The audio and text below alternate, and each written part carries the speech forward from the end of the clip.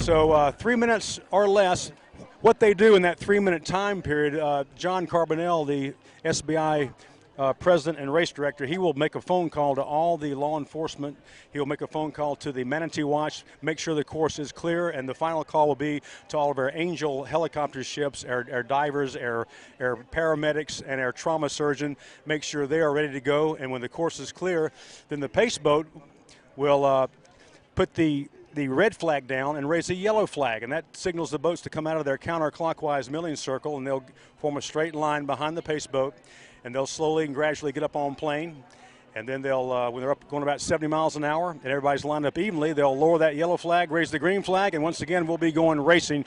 And I want to tell you something, it's going to be a drag race to that first turn.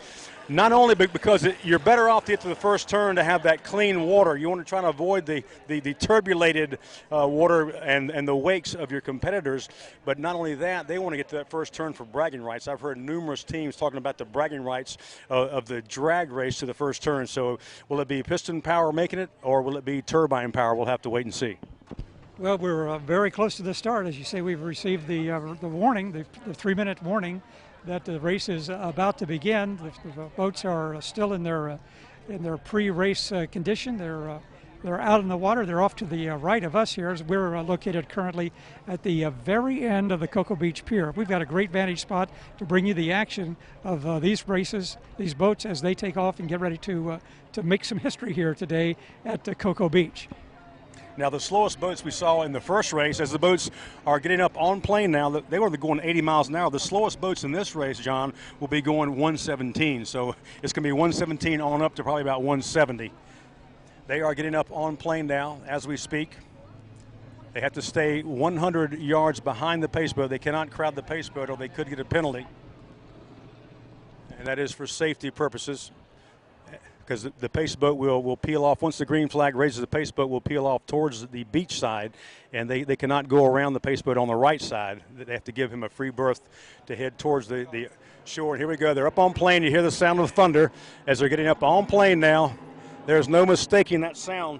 Now, the turbine boats, even though they're the fastest in the world, they're almost quiet. They kind of whistle as they go by. Here comes the pace boat. Yellow flag still flying. Yellow flag still flying. Coming by us right now. And I've lost view. There we go, green flags, they go by us. Bob Bull on the inside and CMS taking off. Geico just off his transom. I'm going to go over here since I can't see anymore. Can I see the screen here? Let me see. All right, we're zoned in on that. Now, that's the brand new turbine boat, Miss Mary Mack, and this is their first race, so they're going to have to play it safe. They were told us to start a little bit behind the others. As we see, all I can see is rooster tails now as they head down. It won't take them long to do a lap. This is a 5.5-mile course, so they'll be going around here pretty quickly. Now we're turning back to our left now to see our second start, and they are getting up on plane. This is the Super Cats, the 525 engine packages, and the roughly 35-foot catamarans, and also Production 1, which is speed GPS bracketed at 117, and here they come. They're on plane now.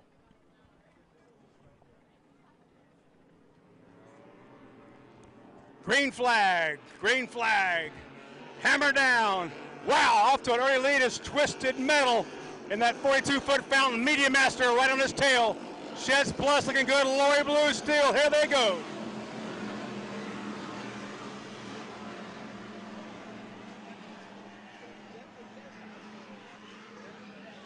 I've been doing this 15 years. I still get goosebumps, John, when those big boats go by. It is just intense when they're side by side at full bore. I told you to be loud, didn't I? Quite a difference from our first race this morning at 11 o'clock. Off to a very, very late start. Coming by us right now is Popeye's War Paint. I don't know what happened, but they are up on plane now. So they're going to have to make up some valuable ground there. They got a very, very late start. I didn't know if they were in the milling circle or just got out from the wet pits late. But anyway, they are up and racing. That is Popeye's War Paint.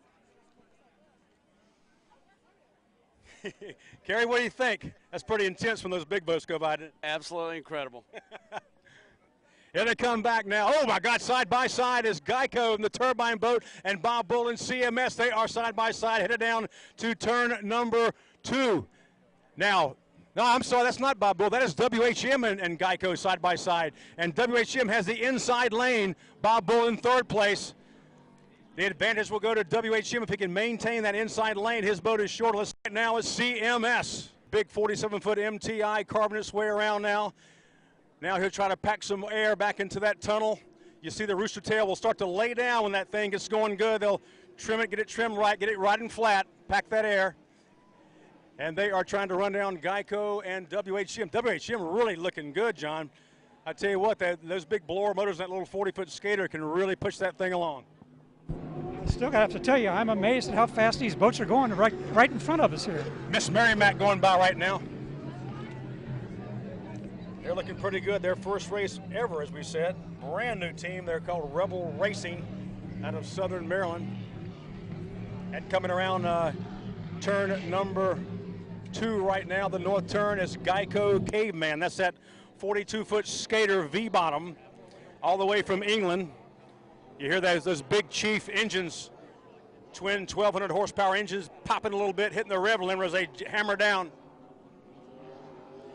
They are your leader in Superboat V Extreme.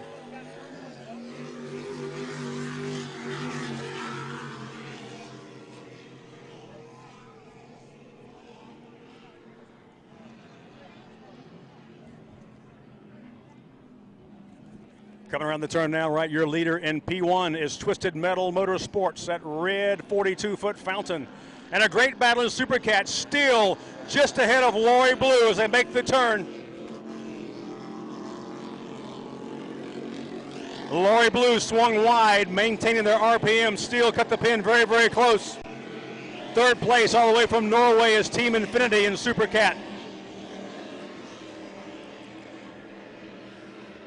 Fountain Talladega and Sheds Plus, 2 fountains and battling out in the turn as well. Very, very close racing here at the start. Medium Master also in the hunt.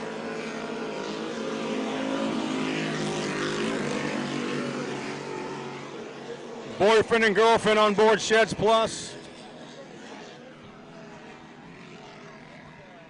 They tell me they like to bond inside the boat. Don't know what that means, but they're looking good so far. Your leader overall and in the turbine class, Miss Geico. Look at WHM close the gap here as they come down. They're taking the inside lane once again. They crept up there at the last second and dove in there and took the inside lane. Oh my goodness, look at that. They are side by side, swinging wide. Let's see if Geico can do a slingshot maneuver here and get by them. No, it's WHM as they go by us.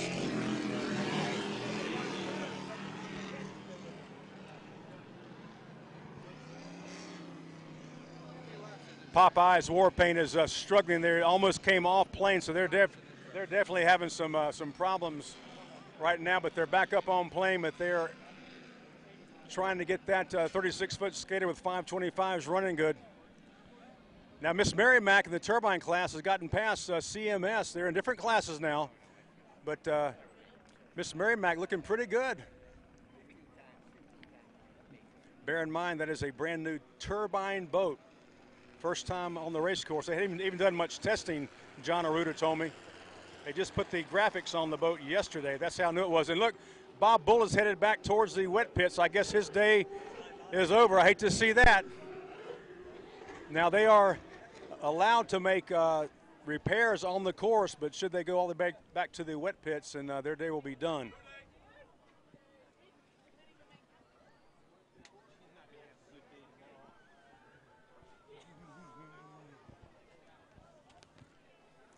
Waiting for them to come back up from the south turn now. You know, the wind conditions are starting to pick up a little bit out here on the end of the pier. That may play a little bit of a difference as these boats, especially the catamarans, the wind affects the catamarans more as they pack the air.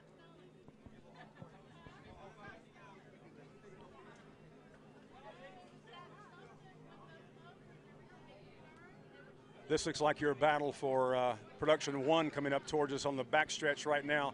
Twisted Metal Motorsports on the inside. Look, Looks like he's getting past the extreme boat, the Geico Caveman boat. That fountain really hooked up. Brett Firschman and Billy Gluck looking real good. They've raced that boat for a number of years, and they have it dialed in. Steele, still your leader over Lori Blue by about 4 seconds.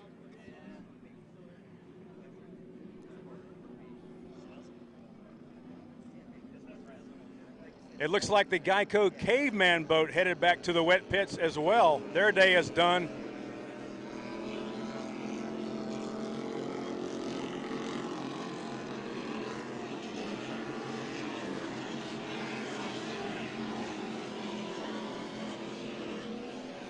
Infinity now is your second place boat in Super Cat.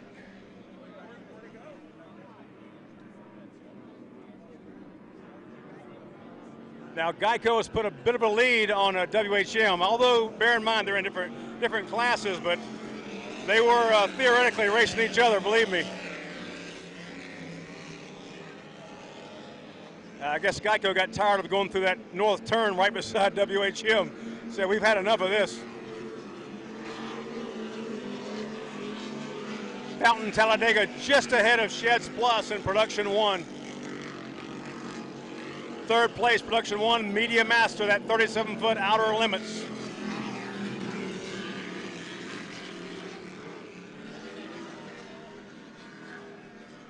Now, John, that popping sound you're hearing is when the boat hits the rev limiters. It just instantaneously cuts the power off so the motors don't blow. So that's what that popping sound is. So that tells me that those boats that are doing that perhaps did not get the prop selection just right because they're on the rev limiters. Does that also mean that the boat's actually coming all the way out of the water, or is it's still in the water? Not necessarily. It could be, but whatever is causing it, they're bumping those rev limiters. When the boats do leave the water, which I haven't seen these larger boats actually leave the water. We got 2 to 3, so I doubt that we'll see a lot of air time. Uh-oh, another boat. Is he making the turn? Oh, that's the Popeyes war paint boat.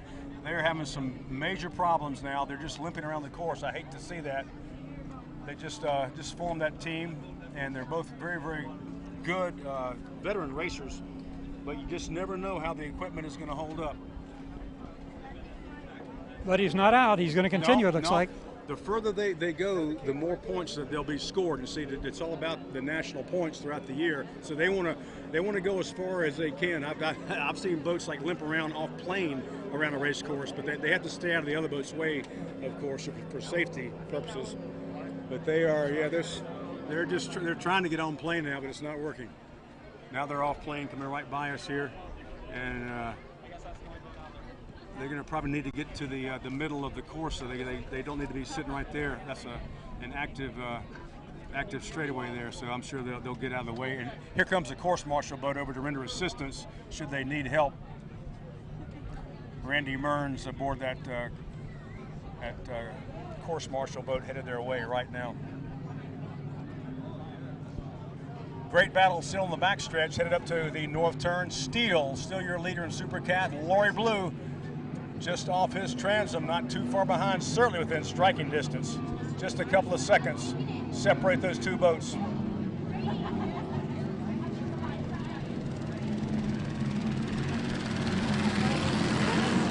Now, are these boats that are coming around now, are they aware that there's a boat in the lane, so you speak? Yeah, well, the course marshal boat has the big blue flags flying, so they'll see them and give them a wide berth.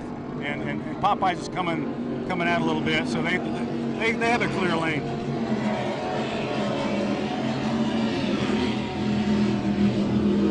Boy, Geico really hooked up. Look at that boat go. That's a work of art.